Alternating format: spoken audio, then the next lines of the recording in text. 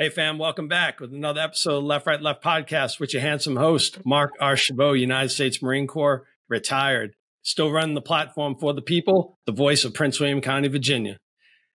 And so quick housekeeping note, one would be the Amphibious Tractor Memorial. Just a reminder, that's my partner. All donations and proceeds are going to be donated towards that effort. I would ask you to continue to please subscribe and please continue to watch the episodes that I've already published. Tonight, I'll be uploading my 100th video. That's a big accomplishment that I'm proud of. So over there on my page, you'll see their link. I'd appreciate it if you would take a look at it. My guest for tonight, him and I served in the Marine Corps together.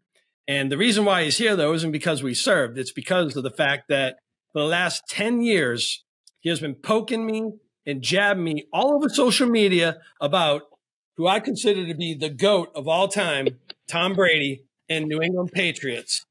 So that's why he's here, because he takes a different position than I do. And we're going to unpack all that stuff for you. And we're going to have a debate about who the greatest is. But hey, before we start that, hey, let's welcome Josh Garen to the podcast. Hey, brother, welcome aboard. Hey, thanks for having me, Mark. I appreciate you giving me the opportunity to speak about who the greatest of all time is, or even the greatest of this era. Hey, man, it's thank you for coming on. It's been, 15 years since I've seen your face. It's just been great, to catch up with a brother. And hey, let's start with tell all the viewers a little bit about, yourself before we get into the debate. Currently a college student, working on my teaching degree.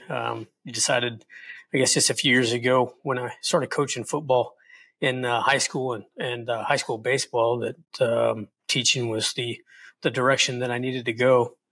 And so I started to pursue that back in 2021, after initially trying to get a business degree.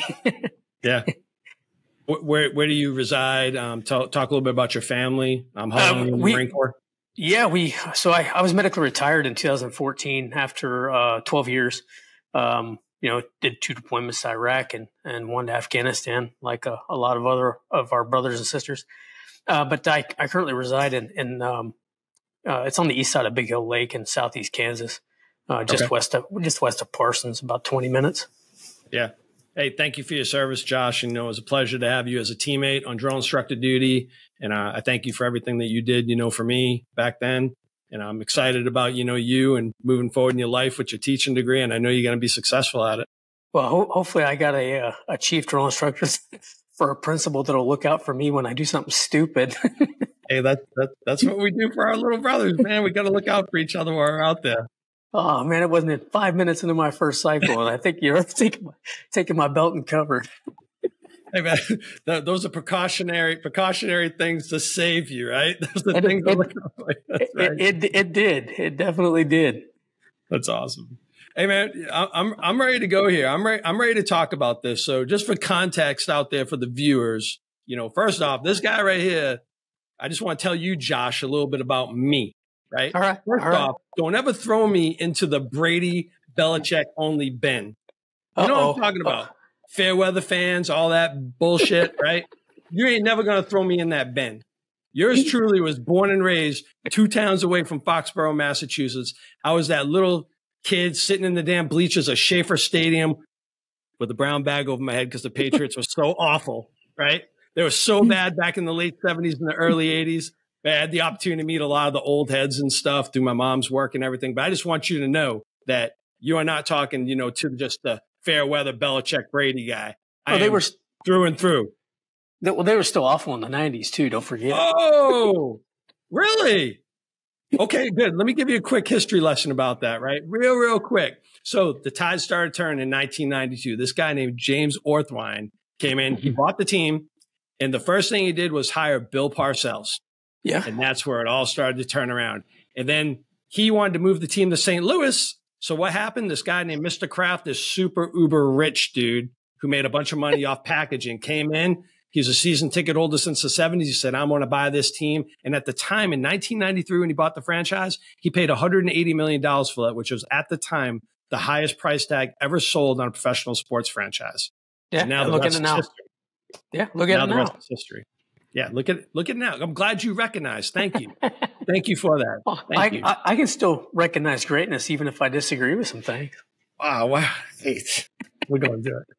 So I want you, though, Josh, to tell all of Patriots Nation, my viewers, why you really believe, and I know you believe this in the pit of your stomach and in your heart, why do you believe that Joe Montana, who is a fantastic quarterback in his own right, legend, but how the hell do you justify him being the greatest quarterback of all time over Tom Brady?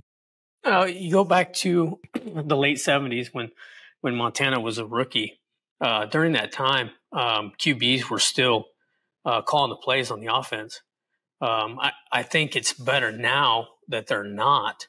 But guys like Joe Montana, and even before him, Terry Bradshaw, 4 Super Bowl wins. He went to the Super Bowl 4 different times, and he came back with a ring each time. That I have a lot of respect for that. Just being able to read a defense, call the plays, and drive the ball down the field and score. That's huge. Now it's a completely different game. I think it's gotten better. It's better for everybody. And that's no fault to Tom Brady. My hat goes off to him. I think he's a great QB. He can read a defense and pick it apart like nobody's business. He is one of the greats by every stretch of the imagination. But I just think that there was men before him that did it just as good as he did. And if you keep in mind, Joe Montana, Terry Bradshaw, they went to the Super Bowl 4 times. They won the Super Bowl 4 times. So if you're looking at it from a statistical standpoint, I'm going to want somebody behind the center taking the snap that is got 100% return rate. You can't find. Hey, let me ask you a couple follow-ups, right? So the first thing I would ask you is, do you think that Floyd Mayweather Jr. is the greatest boxer of all time? Absolutely not. What? He's undefeated. I don't care. He won 47 fights? Yeah, like 50, including the junk fights he did at tail end of his career, right? But I'm saying, but he's undefeated. That's because your point was about Joe Montana that he's undefeated, right? You want the guy that's undefeated. I mean, to me, Floyd Mayweather is nowhere near like the greatest boxer ever, but he's undefeated. He's undefeated. So Joe Montana's undefeated in the big dance. If that's all you go by, right? I mean, okay. So statistically speaking, yes, if that's all you go by, then by all means, my hat goes off to Floyd Mayweather.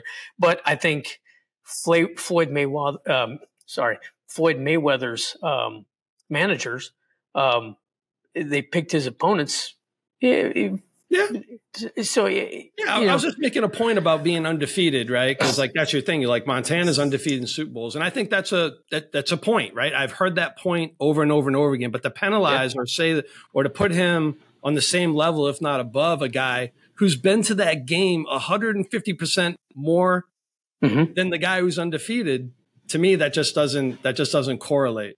Well, that's what I'm getting at. Right. And I know statistically, so you're saying, the man went to the Super Bowl 10 times.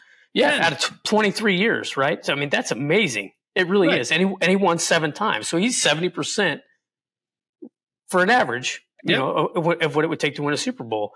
Okay. But then if you go back even further, before Terry Bradshaw in the 70s, you have a man named Otto Graham.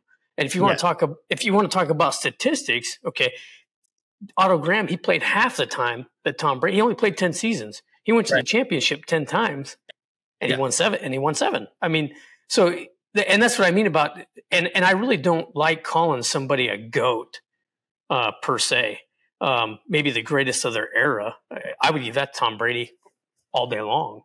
But because it takes a team to be able to make something like that happen, right? I mean, it's a team sport. Yep. And so I've never really been a fan of calling somebody a GOAT. I mean, I get what I think most people are referring to the greatest of that era, but what they're really saying is, well, if he's the GOAT, he's the greatest of all time. And I disagree with that. I don't know. I'm trying to, so I got the point of, you're saying he's undefeated in the big game. I think that's good. Yeah. I get the fact about, the eras and stuff, but we're in a time right now where it's always about like, the GOAT, the greatest of all time, not the greatest eras anymore. For example, like Bill Russell, the winningest guy to ever play professional sports. He is not.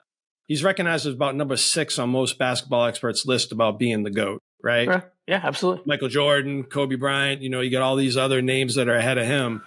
So what I'm saying is that I think that you can look at it, the whole thing in the totality of a career.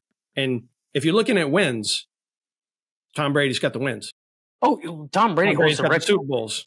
He's got the record for a lot of things. The knock for years on him, right, was that he didn't have the stats. Well, he does have all the stats now. It was always Peyton Manning was better because he threw more touchdowns. Well, now he's throwing more touchdowns than Peyton Manning. He's throwing more touchdowns than everybody. Right. And yeah, I understand everybody's argument. Don't get me wrong. But what I'm saying is if I'm the head coach and I have a choice between Terry Bradshaw, Joe Montana, and Tom Brady, I'm not choosing Tom Brady. Whoa! What? Please expound upon why. I mean, I'm looking at throwing mechanics, right? I'm looking at, control at the line of scrimmage, pocket presence and awareness. I'm looking at all these things, actually having the ball in your hands more than Terry Bradshaw and Joe Montana did, right? Remember, big running league back then. Oh, yeah. All those are type running backs. Now it's more of a passing league. So Brady had his ball in his hands 2/3 more times than those guys did. Yeah. So I'll give you that he has more stats because of that. But I'm saying, why do you feel like those guys are above Tom Brady as far as like, why would you pick them above him? Well, are you talking about like if we're in a Super Bowl? So say that we won the championship, AFC, NFC, whatever. Now we're headed to the Super Bowl, and I'm picking one of those QBs, whether it's between Joe Montana, Tom Brady, or Terry. I'm going to choose Joe Montana simply because I know he's got 100%. I mean, he went to Super Bowl 4 times. I'm a statistical guy. I want the stats behind my back. Brady went to 10, though. He went to 150% more Super Bowls than those dudes, man. At some point, when you go to 10, you're probably going to lose one. And really, to be real analytical about it, I can always make the argument that the 2 Super Bowls against the Giants are a couple plays away from winning those games. So he could have been 9-1. The only Super Bowl that they flat out lost was the one against the Eagles, even though he set a Super Bowl record for passing yards at 505 yards. Yeah. And they still lost the game. They had to play catch up the whole game.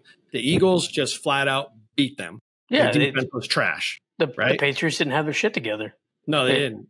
But to be fair, just because I like to be fair, the Patriots could have also been probably, only have 2 to 3 Super Bowl wins because there was a lot of plays that went their way to win those other Super Bowls.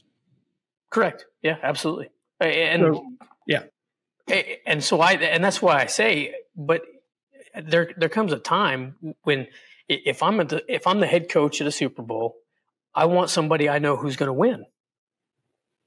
Dude, how can you say Tom Brady is the winningest quarterback of all time? Yeah. Of all time.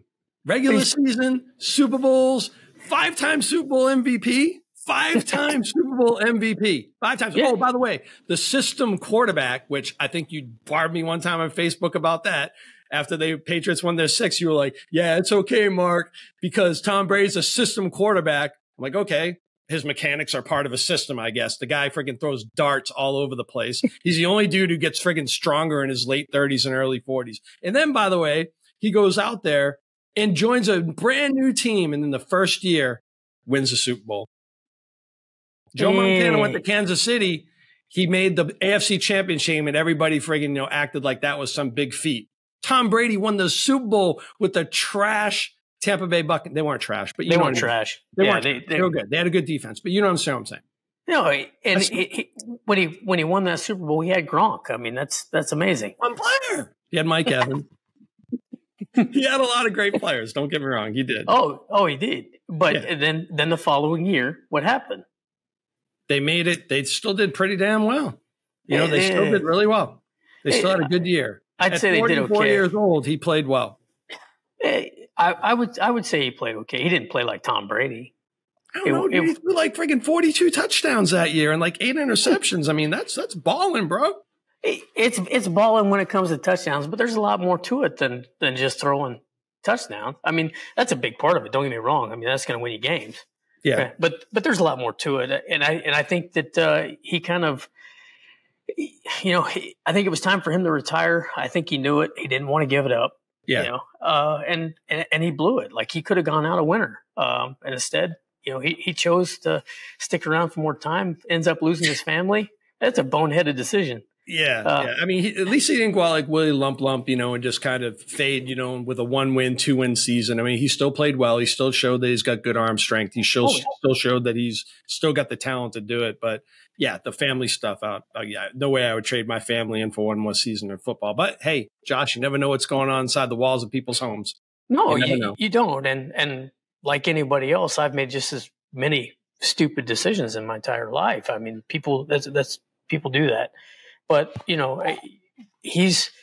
I think we got to set a higher standard for him. He's an NFL QB. He's supposed to be the greatest of all time. He is the greatest of all time. Right. So we should hold him to a higher standard. And, and then you look back, and I know that people they jab me back and forth because I'll mention it, but the whole Deflategate situation. I'm glad you brought it up. Let's go. I knew you were going to. Let's go. I'm glad that I brought it up. Let's go.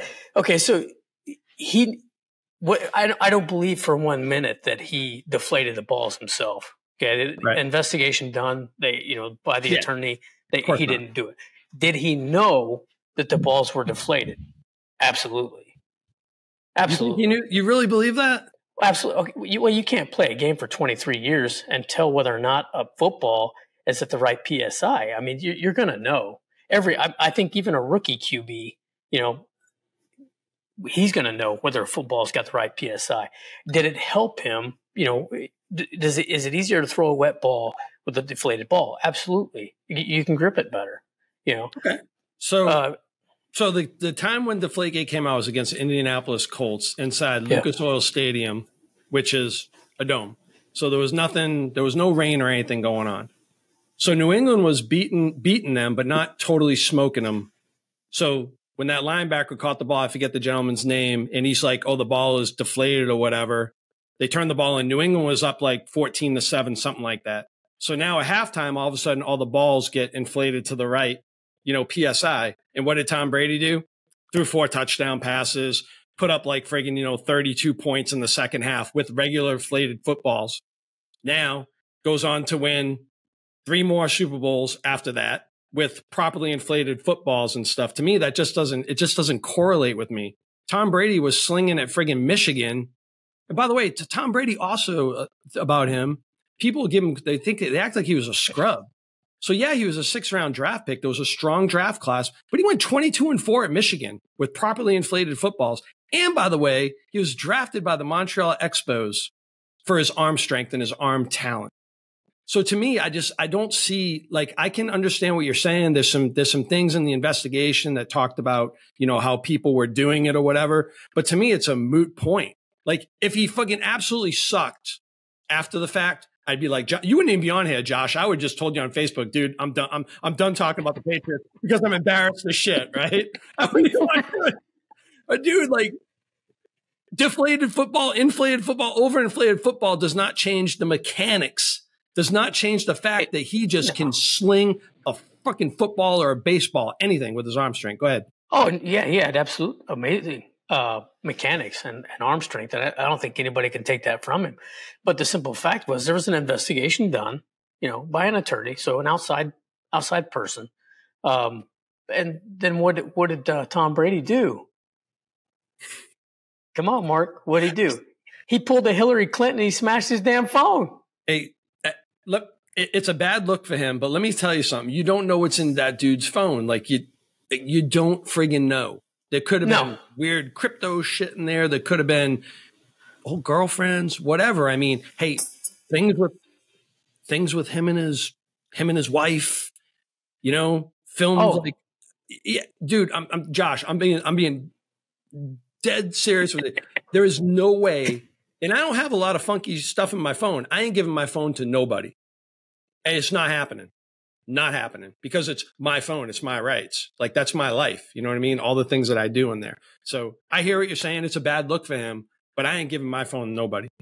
Well, and I hear what you're saying. But, an innocent man, I mean, it's the same thing as somebody running from the law. An innocent man doesn't run. You're going to.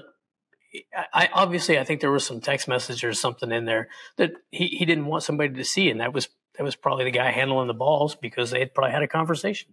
That's my take on it. That's my take on it. But you see what I'm saying? An innocent man's not going to run. If you've got nothing to hide, you got nothing to hide. Why not? I just think when it comes to stuff, those things are kind of sensitive. And, you know, just for the record, Josh, let me just say that he served a 4-game suspension that season and came back and won the Super Bowl that year with properly inflated footballs. No, and I was happy to see that he came back and won the Super Bowl. Because he, like I said, he's a great quarterback. Yeah. But in my opinion, now I wouldn't consider him the greatest of all time.